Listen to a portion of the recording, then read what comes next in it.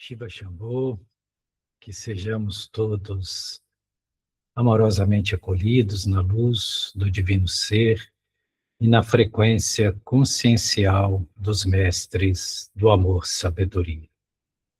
Hoje nós falaremos de compaixão, de misericórdia, que é algo muito especial, que é uma emanação vinda do divino em nós e do divino fora de nós. E que, por vezes, é pouco compreendido e acessado por nós. Então, nossa sequência do oráculo védico de hoje, nós trazemos essa lâmina que se chama Karuna Deva, é a misericórdia. Karuna, em sânscrito, significa literalmente compaixão. Mas aí nós vamos precisar analisar essa semântica dentro dos anais védicos, o que realmente significa essa compaixão, que não tem um viés ou um contexto um pouco sentimental que tem às vezes no Ocidente. E Deva significa divino, ou aquilo que vem do divino. Então, a compaixão que vem do divino, que vem de um certo lugar e que nos atinge em benefício de nós mesmos e, por vezes, a despeito de nós mesmos. Quase sempre a despeito de nós mesmos. Ou seja, ainda que nós não tenhamos buscado ou sequer reunido méritos para receber essa graça ou essa compaixão, ela sobre nós repousa e ela é constante. Aliás, se nós olharmos aquilo que somos, onde estamos, nós vamos ver que nós somos constantemente revestidos dessa compaixão, dessa misericórdia, que alivia os nossos fardos e nos traz certa estrutura ou certa direção para que nós possamos seguir. Então, na imagem que nós vemos o quê? Um senhorzinho humilde, um homem simples, né? Com mãos postas, como a dizer, quem sou eu? Como eu mereço isso? Por quê? O que ele está recebendo na casa dele? Shiva e Parvati, ou seja, o princípio divino e a mãe divina. Parvati representa a mãe divina e Shiva esse princípio da consciência suprema, né? Então isso aqui são arquétipos, né, que representam Deus no sentido mais amplo que possamos trazer para o termo. Então é como se ele abrisse as mãos e dissesse, mas eu não mereço isso, como assim, né, receber Shiva e Parvati, ou, né, o princípio masculino e feminino da divindade, né, na minha própria casa.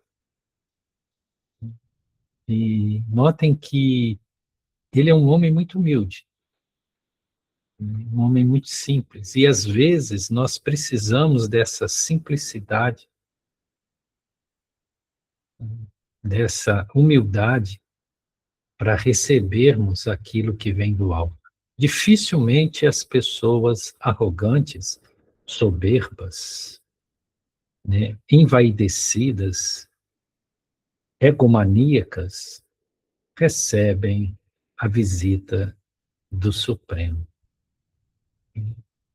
Então é preciso esse estado de despojamento, de simplicidade, né,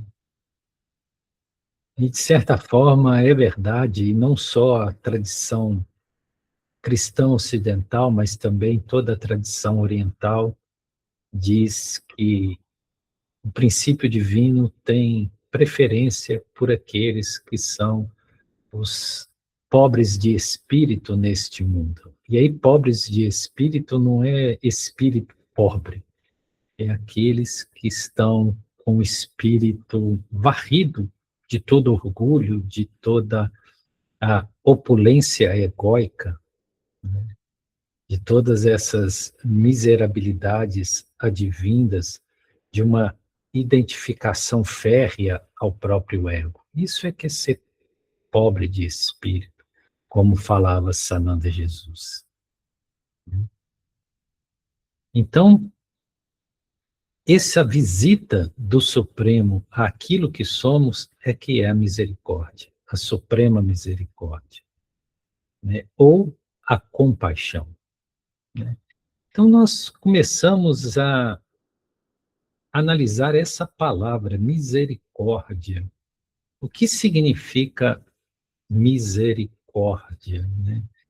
Porque às vezes a gente não percebe o verdadeiro sentido da palavra, porque por vezes nós usamos certas palavras em uma distorção semântica, em um contexto inadequado. A palavra misericórdia, ela é muito bonita. Misericórdia, ela vem do latim, né, que é a união de duas palavras, miserere concordes, né? Miserere concordes é que forma misericórdia, né? E o que é cordes? Cordes é coração, literalmente. É aquilo que vem do coração, aquilo que é relativo ao coração, né? E miserere, né, significa compaixão. Aquilo que é compadecido, aquele que é compadecido.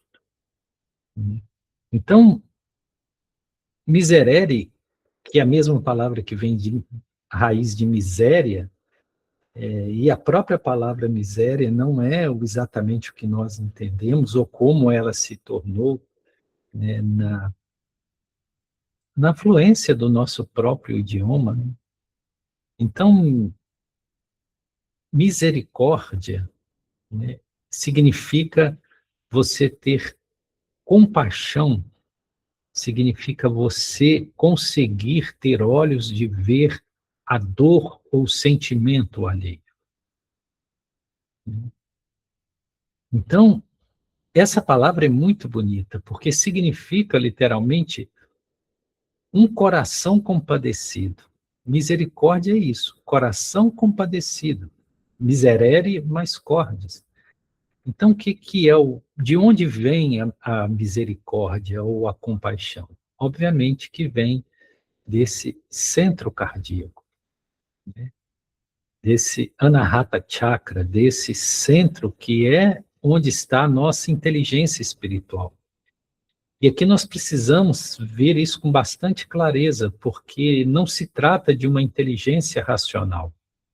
Não é essa inteligência que nós operamos no dia a dia, que a tradição védica fala que ela tem três estágios ou três naturezas, que é Buddhi, Chitta e Manas. Não é essa inteligência mental racional.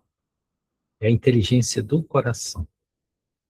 E hoje a própria ciência entende que o coração, ele produz, né, ele tem capacidade realmente de uma certa gnose, um certo conhecimento, né, que ele não é simplesmente um órgão de bombeamento sanguíneo, que realmente existem processos que se passam no coração, que são processos inteligentes. Então, quando se fala de compaixão, está se referindo a esse córdice, a esse coração, ou seja, é aquilo que vem da inteligência do coração. É quando nós conseguimos ancorar a nossa frequência no coração. e trazermos essa sabedoria do coração. Porque essa sabedoria do coração é uma sabedoria especial. Ela é uma sabedoria que vem naturalmente associada ao amor. Por isso que é chamado de amor-sabedoria. Amor-sabedoria porque é uma sabedoria que ela é plenificada por essa vibração do amor. Então, quando a expansão desse centro cardíaco, dessa frequência cardíaca, existe naturalmente o princípio da misericórdia ou da compaixão, que é você conseguir sentir a paixão ou a dor do outro, né? O sofrimento do outro. E aqui, mais uma vez, nós precisamos entender o que é essa palavra sofrimento, né? Porque nós temos sempre uma visão negativa do sofrimento, como sofrimento algo que tem um viés negativo. E às vezes, e não é exatamente isso. Tudo aquilo que nos arrebata, que mexe com os nossos sentimentos, é um sofrimento. O amor, por exemplo, é um sofrimento. Uma alegria excessiva, um entusiasmo, é um sofrimento, né? Então, tudo aquilo que sensibiliza o nosso corpo emocional é sofrimento. Qualquer nível de sensibilidade, né, nesse corpo astral, que é a sede dos nossos sentimentos, isso é um sofrimento, né? Isso é algo que mobiliza o sentimento, né? Que ativa o sofrimento, o sentimento. Então, nós somos seres sensíveis. Todos nós somos seres sensíveis. Logo, nós somos seres passíveis de sofrimento, né? Um êxtase divino é um sofrimento, mas é um sofrimento positivo. Então, o sofrimento não é só negativo. Porque tem a ver com isso, com paixão, né? Paixão é isso que nos move, que nos traz um deslocamento ígneo desse princípio do sentimento. Então, todo esse princípio da misericórdia ou da compaixão, ela se dá a partir desse centro, né? Então, obviamente, aqueles que são absolutamente racionais, não sensíveis, que não trabalham o centro consciencial cardíaco ou a cardioconsciência, eles são seres que não são dotados de compaixão, de misericórdia, né? E quantos seres que estão nesse planeta, na condição física humana, que são desprovidos de cardioconsciência e, obviamente, de compaixão e misericórdia. Uma palavra também que designa isso com muita lucidez é a palavra empatia, né? E vejam que empatia é diferente de simpatia. Uma empata não é o mesmo que um simpático. E o que tem nessa estrutura etimológica da palavra, para nós entendermos o que é empatia e a importância dela, né? Patos vem exatamente de dor, de sofrimento, né?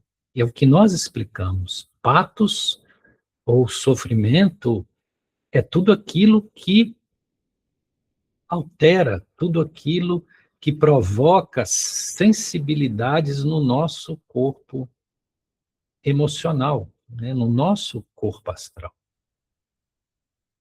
Então, todos nós somos seres patológicos, não no sentido de estarmos doentes, patológicos no sentido de que temos patos, que temos sentimentos, que somos sensibilizados pela vida, pelas circunstâncias, pelos outros. Ou seja, nós estamos o tempo todo sendo sensibilizados por fatores diversos. Isso é patos. Né? Então, empatia, esse termo em significa dentro. Né? Então, empatia significa você estar dentro do patos alheio, ou da dor alheia, ou do sentimento alheio. E é nisso que se diferencia de simpatia, porque quanto a empatia é estar dentro do patos alheio, a simpatia é simplesmente estar junto, porque sim, esse prefixo significa junto. Então, junto da dor alheia. Então, a diferença fundamental é que quando você tem simpatia por algo ou por alguém, significa que você não está penetrando o mundo do outro, ou compreendendo o universo do outro. Você está simplesmente sendo sensibilizado e aquilo produz um efeito benéfico em você. Então, uma simpatia é simplesmente algo que te toca e que te traz um sentimento satisfatório. Mas não significa que você está penetrando aquele outro universo que te simpatizou. Agora, a empatia é diferente. A empatia, você é sensibilizado, provoca em você um efeito, mas você penetra aquele universo. Né? Então, tem um intercâmbio que te permite sentir a dor do outro. Logo, você consegue compreender o que o outro está passando, ainda que o outro passe ou manifeste algo que seja contrário à sua natureza ou seu entendimento. Entende? Quando você chega para um ladrão, por exemplo, e você não é um ladrão, e você olha nos olhos dele e fala assim: eu te compreendo. Posso não concordar, mas te compreendo. Eu sinto o que você está sentindo. Eu sei que você traz necessidades ou algumas motivações que te levam a esse comportamento. Não importa, eu sinto. Quer dizer, eu me alinho com o seu sentir, com a sua natureza, com a sua verdade. Isso é compaixão. Né? Os seres dotados de envergadura espiritual, eles são seres compassivos. Se você pega Sananda Jesus, é impossível você dimensionar Sananda Jesus sem o aspecto da empatia, sem o aspecto da compassividade. Ele era um ser compassivo, porque quando ele olhava para uma pessoa, ele não estava julgando a pessoa. Ele não estava criando teorias sobre o comportamento da pessoa. Ele estava simplesmente vendo a pessoa e sentindo com ela, como se dissesse: a tua dor é também a minha dor. Isso é compaixão. Isso é ser compassivo. Isso é que é realmente empatia. Veja uma mãe em relação a um filho. Ela é totalmente empática. Ela não julga. Ela não qualifica. Todo o sentir do seu filho reverbera nela de forma profunda. Por isso que pode-se dizer que uma mãe conhece o seu filho. Porque ela tem empatia. Pelo menos deveria ter, né? A maioria das mães tem. É raro uma mãe que não tenha, né? Muito mais do que os homens, né? Os homens têm um pouco mais de dificuldade de ancorar nessa frequência do coração, nessa cardioconsciência. Os homens tendem a serem mais práticos, mais racionais. Por isso que nós temos que equilibrar em nós a energia feminina e a masculina. Nós temos que desenvolver essa certa androginia espiritual, né? Para que nós possamos ter uma sensibilidade aliada a um senso de praticidade, né, para que nós possamos seres mais completos, mais eficientes na nossa experiência existencial. Então, a empatia é fundamental. Às vezes, só simpatia não basta. Porque quando nós transitamos pela simpatia, do mesmo jeito que há coisas que simpatizamos, há coisas que nós antipatizamos, né? Então, simpatia e antipatia são... Aquele que tem simpatia também tem antipatia por certas coisas, né? Mas o empata não. O empata, ele realmente, ele consegue mergulhar no sentimento, na verdade do outro e compreender. Ele realmente pode olhar nos olhos da pessoa e dizer: eu te compreendo. Eu te compreendo. E nessa compreensão, claro que há aceitação, acolhida. E às vezes o que nós precisamos é isso, é de empatia. O que cura as nossas dores é a compaixão, é a empatia.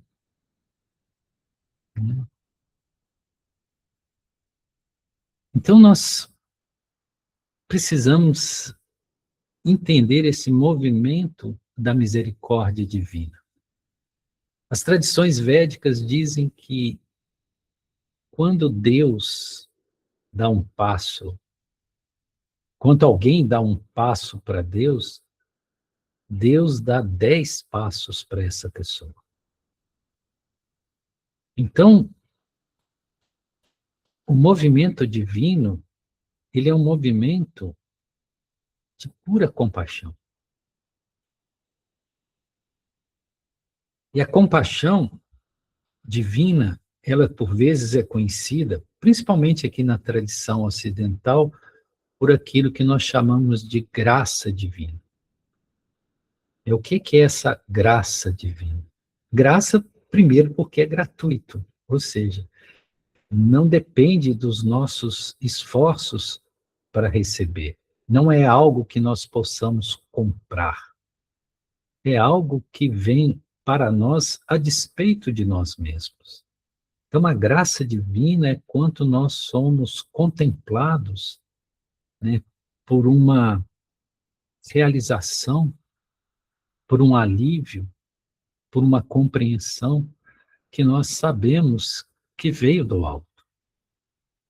É aquele amparo, é quando nós somos guiados, conduzidos, acalmados, curados. Isso é a graça. E a graça existe, né? A graça divina, ela é esse movimento de compaixão, é esse movimento que vem do amor maior.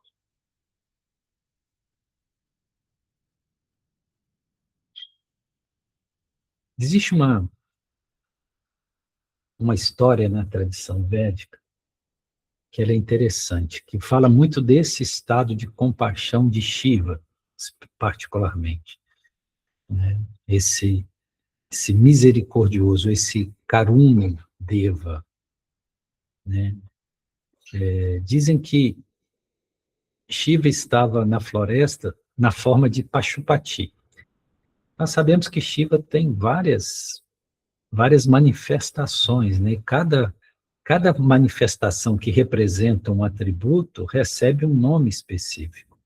Então, Pashupati é quando ele protege os animais, quando ele ama os animais, ou seja, porque Pashu significa criaturas, seres orgânicos.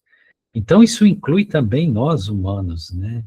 Todos aqueles que são seres biodêmicos, ou seja, seres que têm veículos físicos orgânicos e desenvolvem consciência, são seres sensitivos, sencientes, né? Então, essa forma de Shiva, Pashupati, significa Pashu, seres vivos, e Pati significa aquele que é o Senhor. Então, aquele que é o Senhor de todos os seres orgânicos, né?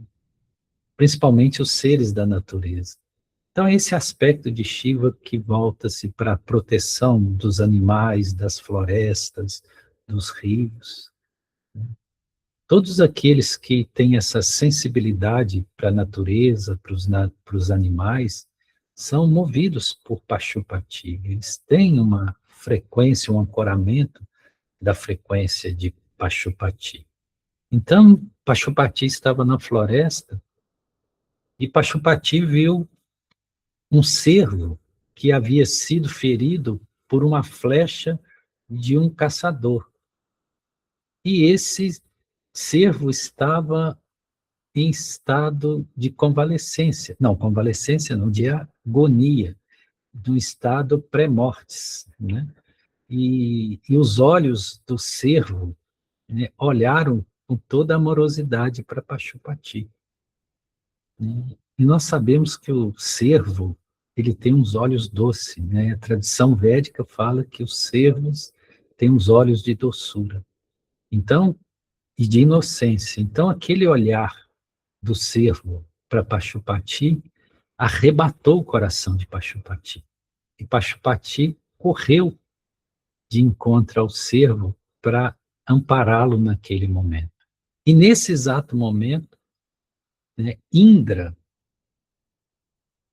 se manifesta ao lado de Pashupati, Shiva, né, e diz para Pashupati que ele precisava partir imediatamente porque Surya, que é o deus do sol, né, ele havia sido enfeitiçado por um demônio e esse demônio tinha dado uma substância para ele e que essa substância fez com que Surya ficasse inconsciente. E Surya inconsciente, o Sol perdeu o controle. E o Sol estava caindo, vindo de encontro à Terra. E que Pashupati precisava, que era o Senhor Shiva, imediatamente intervir para que não houvesse a destruição da Terra. E aí, Pashupati, olhando os olhos do cervo em agonia, ou o problema maior que era uma catástrofe que iria destruir a Terra, né? E a ação imediata que ele precisava tomar. E o que ele faz? Ele descola de si mesmo a porção dele de Kalabhairava, né? E na condição de Kalabhairava, ele parte para poder segurar o sol e reverter o processo de enfeitiçamento do Senhor Surya, né? Do sol, do Deus do sol. E ele, como Pashupati, fica ali, ao lado do ser. Né? E é interessante, porque ele poderia salvar a vida do ser, né? Mas não é isso que ele faz. Por quê? Porque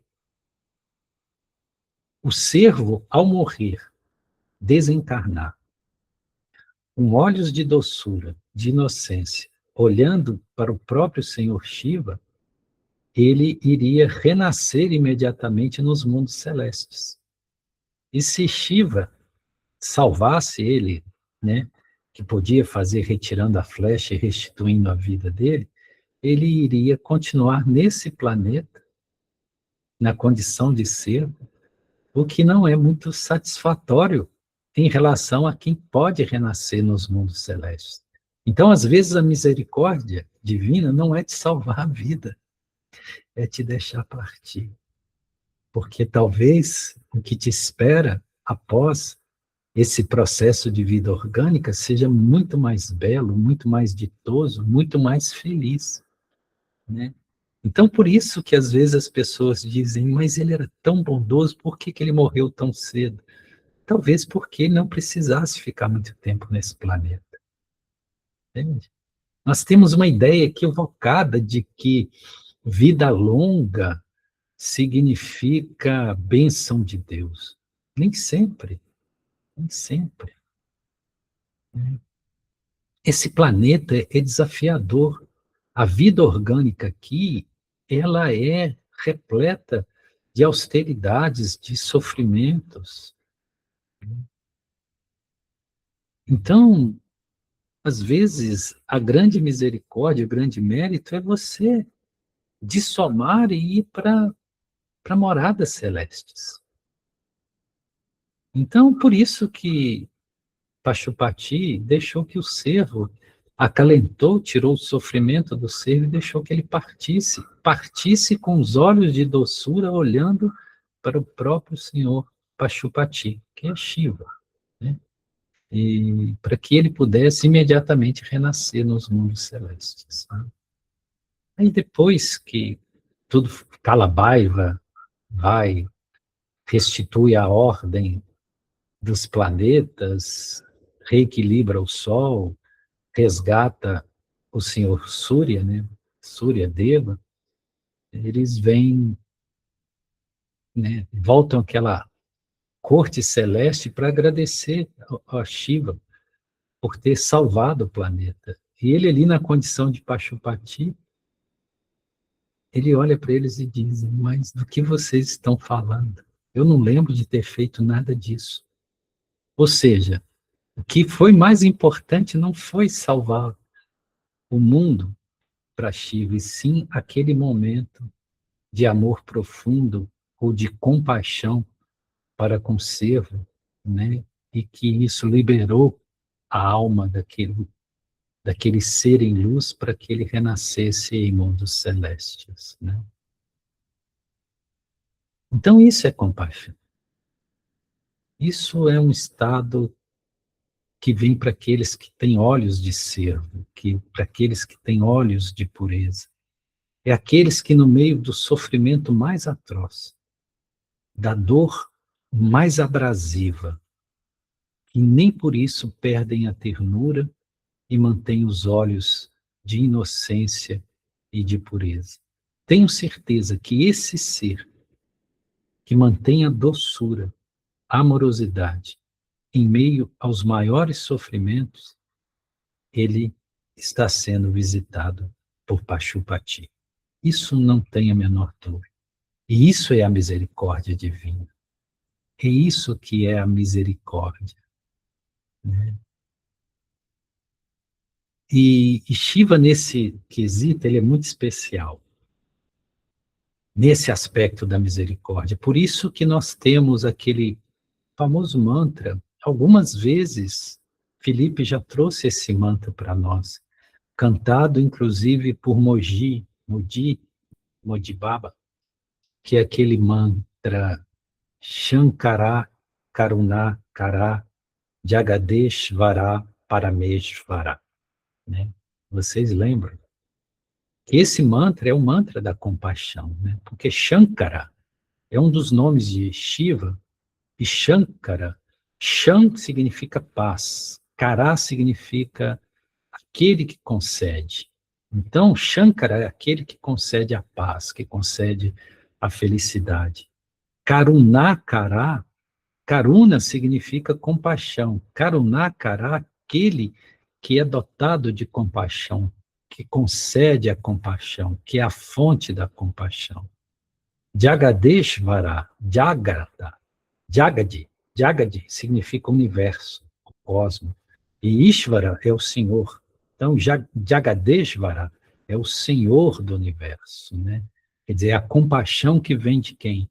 Do Senhor do universo, de Jagadeshvara. Parameshvara. Parameshvara significa o Senhor Supremo. Para, em sânscrito, é o Supremo, é o maior de todos. Ishvara é o Senhor, né? É Deus. Então, é o Supremo. Então, esse mantra é muito bonito. Esse mantra é um mantra que, quanto nós usamos ele no nosso dia a dia, frequenciamos ele, ele mexe com o quê?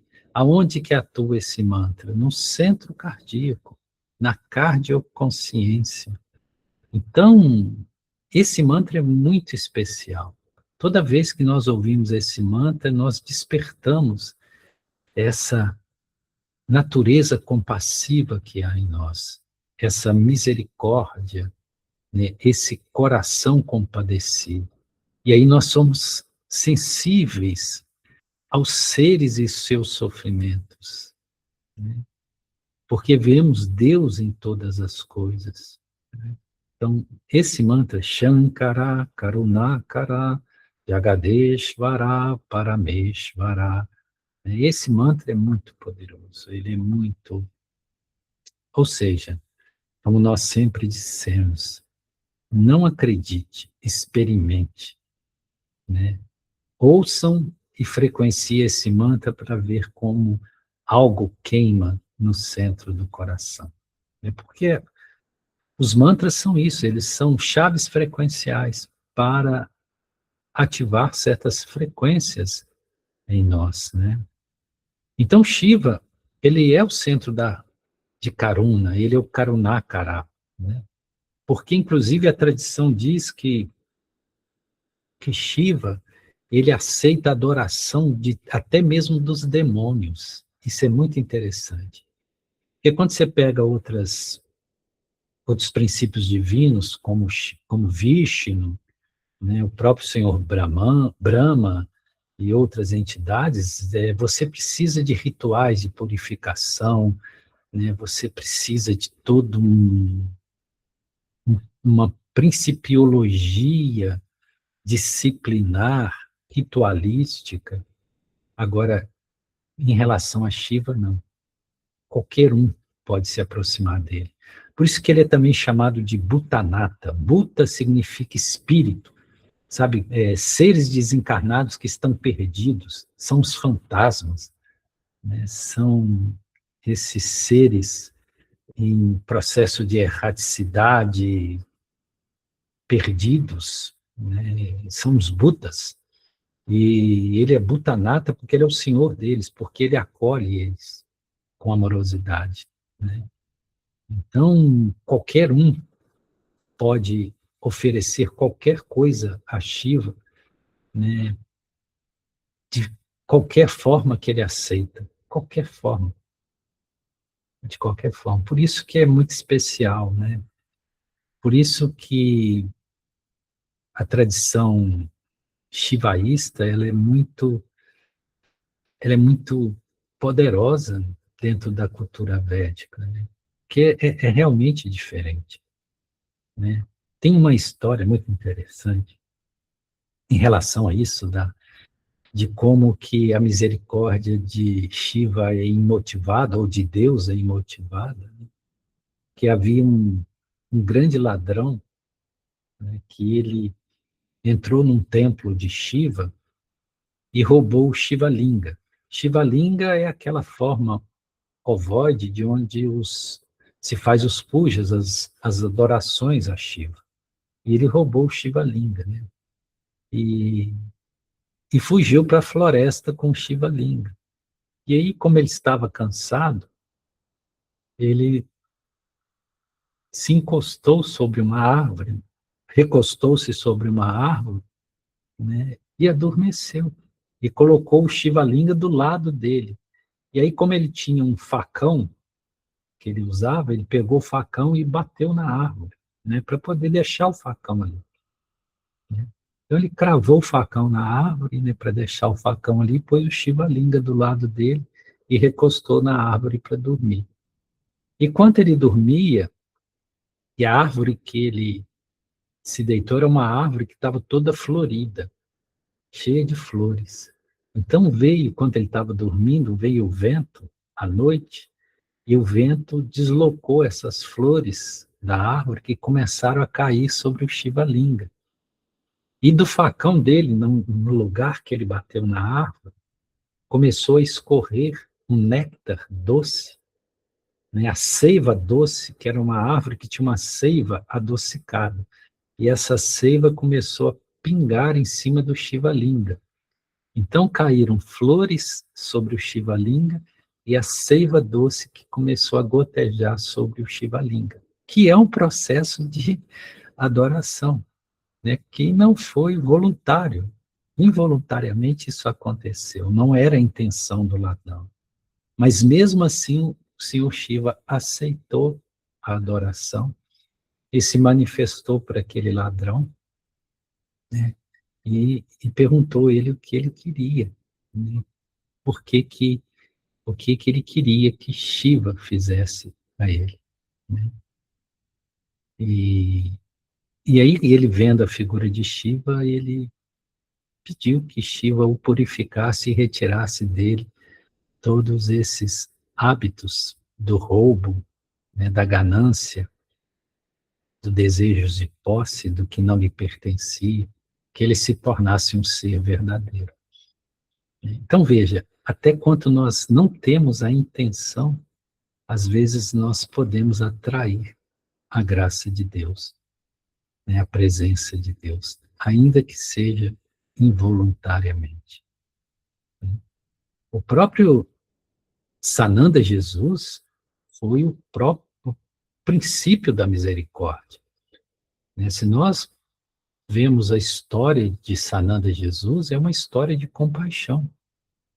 Ele era extremamente compassivo com o quê? Com aquela humanidade adoecida, né? Sananda Jesus olhava para aqueles homens do tempo dele ali na Palestina e ele se movia por compaixão, de falar, meu Deus, quanta ignorância, quanta obscuridade. Quando será que esses homens vão despertar? Estão todos embriagados. Ninguém tem sede da verdade. Todos vivem numa insanidade, numa loucura. Então, ao ver o estado daquelas pessoas, ele se movia por compaixão. Compaixão pela ignorância, por aquele sofrimento que vinha da ausência de autoconhecimento. E ele era o próprio exemplo da compassividade, da misericórdia. A própria morte, martiriológico, que ele se submeteu voluntariamente, sim, voluntariamente, porque Sananda Jesus poderia ter evitado tudo aquilo, se ele não quisesse, ninguém o pegaria. Ele simplesmente desmaterializaria o corpo dele, ele não iria ser achado nem no Monte das Oliveiras, nem em Jerusalém, nem em lugar nenhum da Palestina. Então, até esse processo que ele aceitou passar amorosamente é uma prova de um coração misericordioso, compassivo, que, que aceita a dor por amor ao outro. Isso é algo que não tem qualificação. Aquele que abraça a dor por amor ao outro, ele se tornou divino. Isso é um atributo divino. Na tradição budista, nós temos os bodhisattvas. Os bodhisattvas são aqueles que se movem também pela compaixão. Aliás, no budismo, quando se fala do amor, se fala de compaixão. O budismo não trabalha com o termo específico amor, se trabalha com o termo compaixão. Veja que interessante, né? Então, os bodhisattvas na tradição budista são aqueles que, tendo atingido o mais alto estado de iluminação, tendo entrado na própria condição de Buda, podendo estar no Nirvana, eles renunciam ao Nirvana para retornar a essa frequência humana terrestre de superfície para ajudar aqueles que estão caídos a se soerguerem, a ascensionarem. Eles trabalham no plano ascensional da Terra. Então, os bodhisattvas, eles não descansam até que toda a Terra seja resgatada. Isso é misericórdia pura. Eles que poderiam estar lá no plano nirvânico, né, na condição de plenitude búdica, eles retornam. Então, isso que são os bodhisattvas. Então, nós pegamos quando nós vemos esses seres avançadíssimos espiritual, trabalhando para a evolução do planeta, todos esses instrutores planetários, quando nós pegamos um Maitreya, por exemplo, eles são bodhisattvas, né? Eles estão se dedicando por misericórdia, por compaixão, a isso que nós ainda somos, essa humanidade adoecida, essa humanidade que ainda perpetra guerras, truculenta, belicosa. Olhem para o mundo, veja que humanidade adoecida, que humanidade que promove guerras, competitividade, onde, para que poucos tenham tudo, a maioria não tem absolutamente nada, onde a riqueza se faz por sobre a miséria de muitos. Que planeta é esse? Esse é um planeta doente. Então tem que haver a misericórdia mesmo. Tem que haver a misericórdia.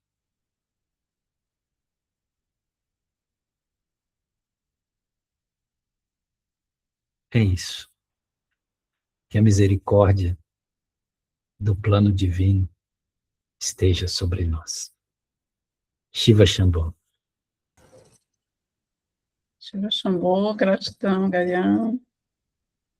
E está aberta a palavra para se colocar, né? Elias, fica à vontade. Boa noite. Ô, Gaian, é uma pergunta. Assim, como ser misericordioso, percebendo a dor, o sofrimento do outro, mas não absorvendo essa dor e esse sofrimento e somatizando em si? Porque eu vejo essa dificuldade nos terapeutas.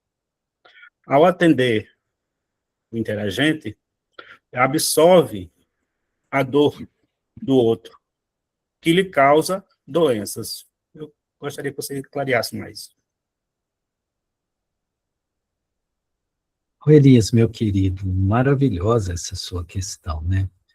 Porque esse sentido de compaixão, ou de misericórdia, ou de karunakara, não é exatamente você trazer a dor do outro para você, porque isso não faz sentido, né?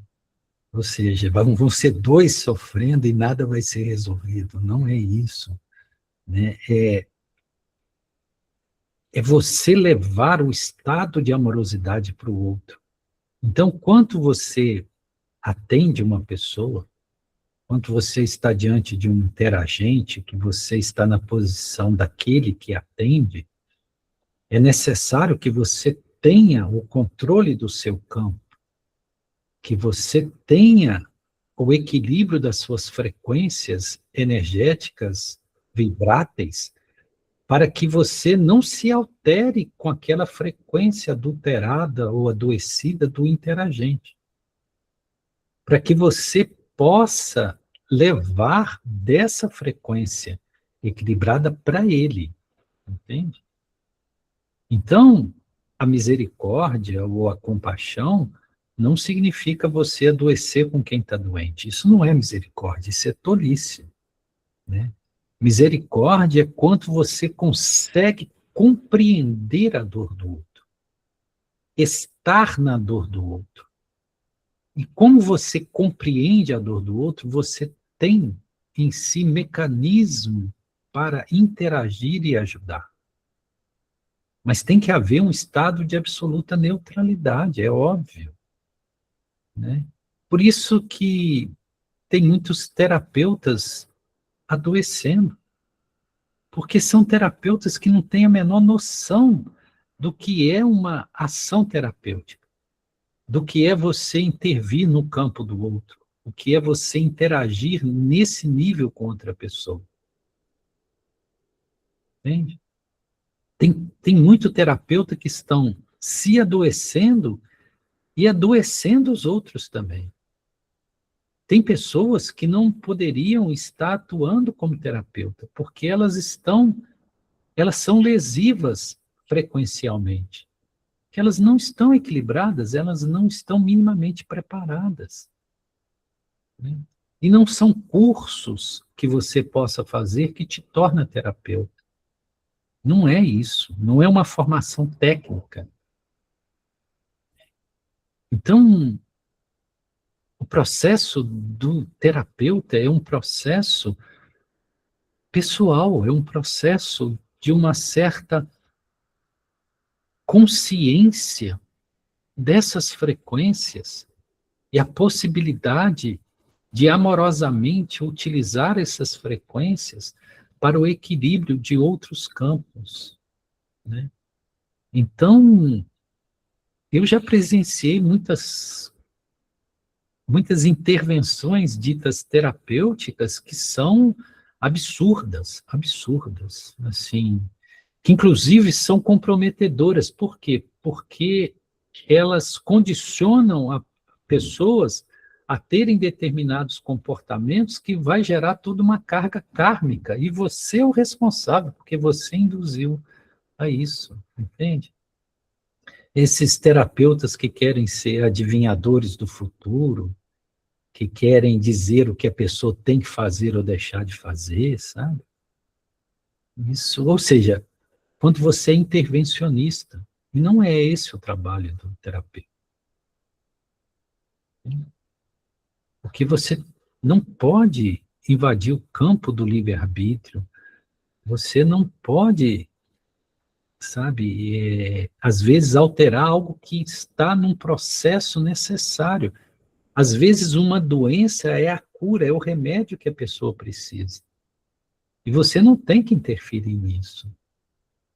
Você tem que fortalecer a pessoa para que a pessoa esteja consciente do processo e viva aquele processo de forma que ela possa realmente cumprir aquilo que aquele propósito veio trazer. Entende? Então, às vezes, a doença é a cura, porque existe algo acontecendo ali para purificar, para resgatar, para reequilibrar. Entende, Elias?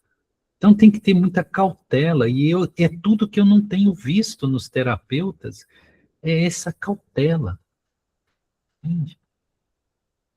A pessoa às vezes faz um curso aí de fim de semana de alguma técnica e chega para as pessoas, às vezes sem nem pedir licença, sem nem pedir permissão para entrar no campo da pessoa, e sai aplicando um monte de técnicas, de procedimentos.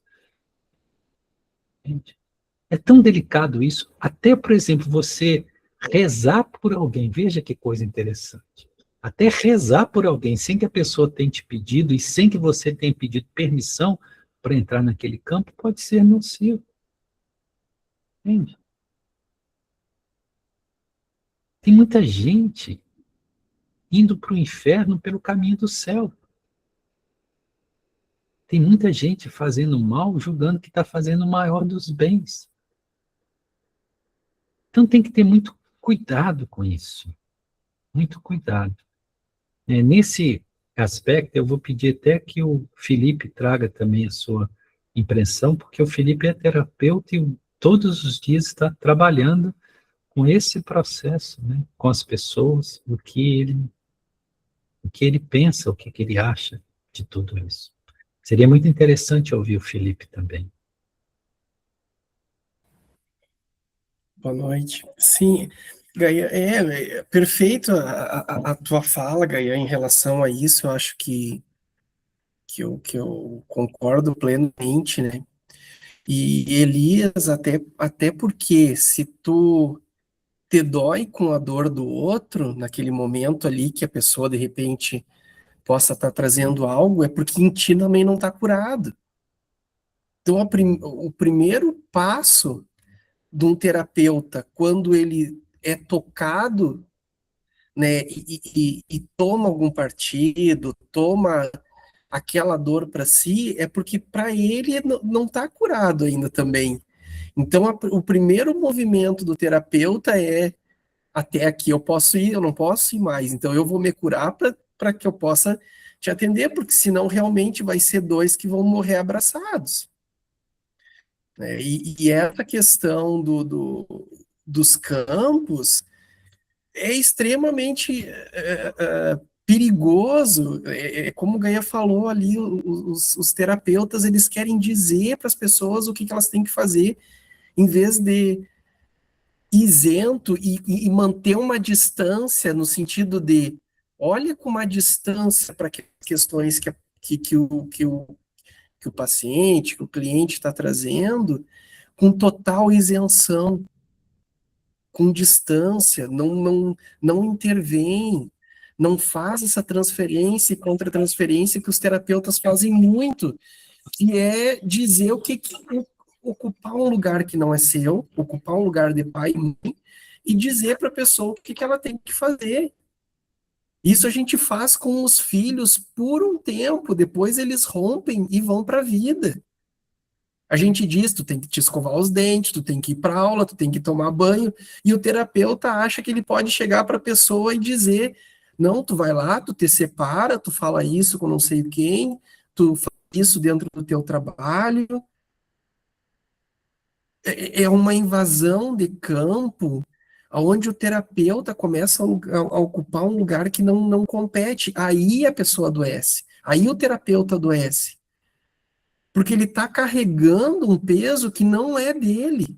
Ele está dentro de um outro campo que não é dele. Ele não viveu o que a pessoa viveu para opinar e para dizer o que a pessoa tem que fazer ou deixar de fazer. Então ela está carregando um peso e está totalmente desconectada, ela tá fora do seu lugar. A gente adoece quando está fora do nosso lugar. A gente adoece quando a gente se desconecta dos nossos pais. A gente adoece quando se desconecta do divino. Então, é estar no seu lugar, é estar no seu centro. Então, isso é extremamente importante. Então, o momento que a gente percebe, e isso é muito importante, a gente estar conectado com a nossa essência, porque a gente percebe muito rápido se a gente dá um deslize nesse sentido. Né? Se a gente vai dizer para alguma pessoa o que ela tem que fazer ou deixar de fazer, é muito rápido isso para nos conectar e nos colocar no nosso lugar. Mas então, eu acho que é um pouco dentro dessa visão, desses campos, né, de estar num campo que não nos pertence, isso nos adoece. E o que eu falo quando nós adoece fisicamente, relacionamento, profissionalmente, adoece de um modo geral. Então, eu acho que é um pouco dentro que eu posso também trazer como uma contribuição, né, do meu trabalho também. É indispensável pedir a permissão para a pessoa, para tocar na pessoa, para estar perto ali. E saber que se intuitivamente não é para fazer nada, que é para ficar em silêncio, respeita isso. Respeita. Eu já vivenciei isso, eu posso dizer que eu tenho experiência em relação a isso. Onde eu tive a intuição que não era nem para tocar na pessoa, e por uma inexperiência e num processo até de aprendizado, eu mexi. Então, quem adoeceu fui eu, e eu adoeci bem adoecido. Mas daí tem a compreensão, volta para o lugar, respeita. Então, eu acho que é um pouco dentro desse sentido, assim, da minha visão.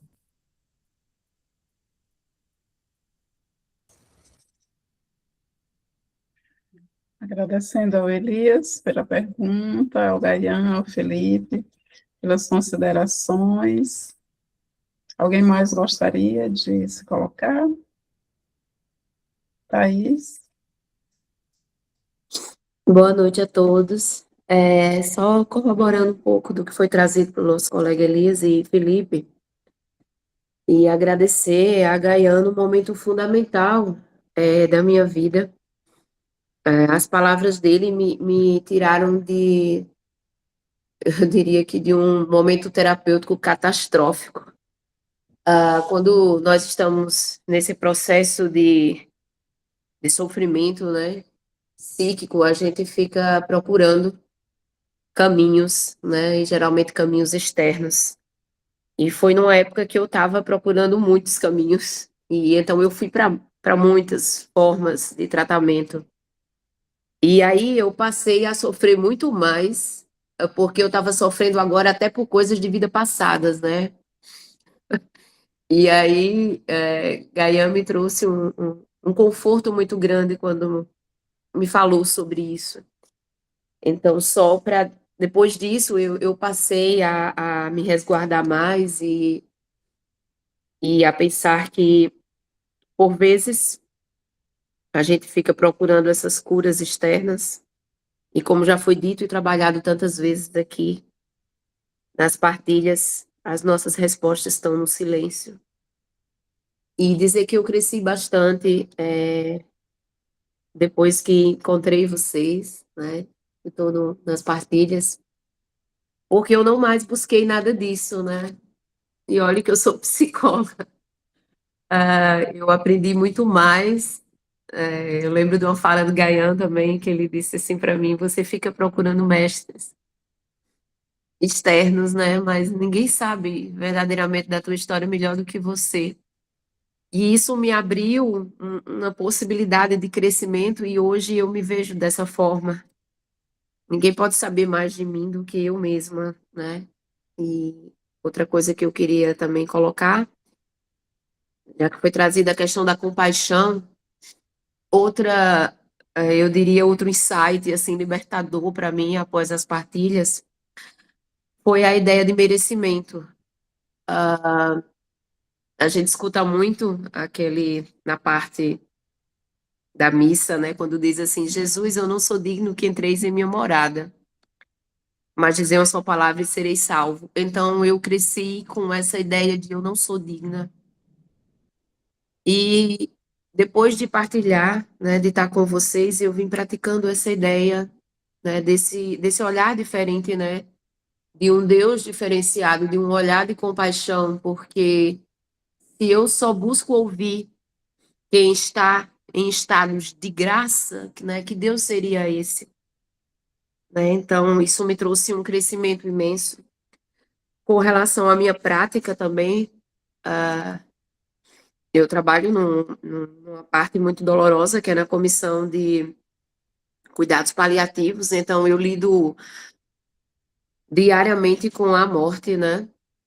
E isso é algo muito difícil. Então, isso me trouxe também um crescimento imenso quando o Felipe traz essa questão da não identificação com o sofrimento.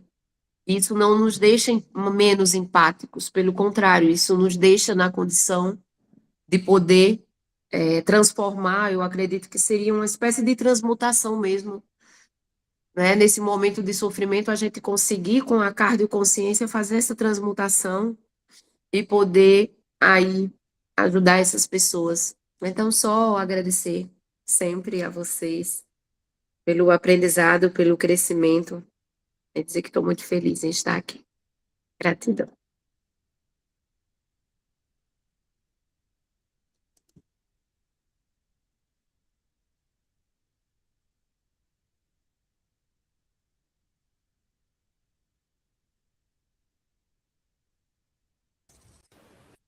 Então, Thaís, em verdade, nós não temos nada para dizer que já não tenha sido dito, né? Nós só vamos externar a nossa alegria, a nossa satisfação de te ver bem. É realmente muito, muito feliz para todos nós te ver bem, né? E, e esse é o trabalho da misericórdia, né? Que é esse, esse ir ao encontro do outro verdadeiramente. Não é querer ser o salvador da pátria, o salvador do mundo, e sim aquele olhar de compaixão que fala: eu te vejo, eu te entendo. Isso faz toda a diferença. Então, assim, nada a dizer além de externar a nossa imensa alegria de te ver bem. Isso para nós não tem preço. Fico imensamente feliz de te ver bem. Acredite nisso. Gratidão por você e por aquilo que você é. Tá bom? Gratidão, Thaís, gratidão, Gaian, exatamente isso, né? Nós que agradecemos a possibilidade de você estar conosco, viu? E agora, agradecendo a todos e a todas, eu passo a palavra para a Cláudia Barros, fazer o nosso encerramento de hoje.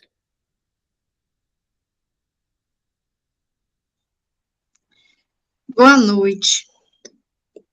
Pegando aqui o gancho da Thaís, da passagem lá na missa, eu não sou digno de quem entreis em minha morada. É o que o ancião está ali com as mãos. E no meu coração, eu sinto que Shiva diz, estou aqui. Como não ser digno? Ai de nós sem essa misericórdia divina. O que seria de nós? Ficaria impossível de sentirmos a vida sem essa presença divina, sem esse aconchego, sem essa misericórdia, sem essa compaixão. Quando sentimos compaixão, esta nos aguça o sentido de ajudar sem esforço algum e ficamos felizes. Quando fazemos algo pelo nosso coração, com a nossa compaixão, não existe felicidade maior. E com essa felicidade, vamos para a nossa sintonia navidiana. Eu sou. Eu sou a presença. Eu sou a presença divina da luz. Eu sou a presença divina da luz que brilha no sagrado coração. Eu sou a presença divina da luz que brilha no sagrado coração e ilumina o caminho. Eu sou a presença divina da luz que brilha no sagrado coração e ilumina o caminho, revelando a verdade. Eu sou a presença divina da luz que brilha no sagrado coração, que ilumina o caminho, revelando a verdade e manifestando o amor. Eu sou a presença divina da luz, que brilha no sagrado coração, ilumina o caminho, revelando a verdade, manifestando o amor, edificando a felicidade e a paz. Eu sou, eu sou, eu sou. Gratidão.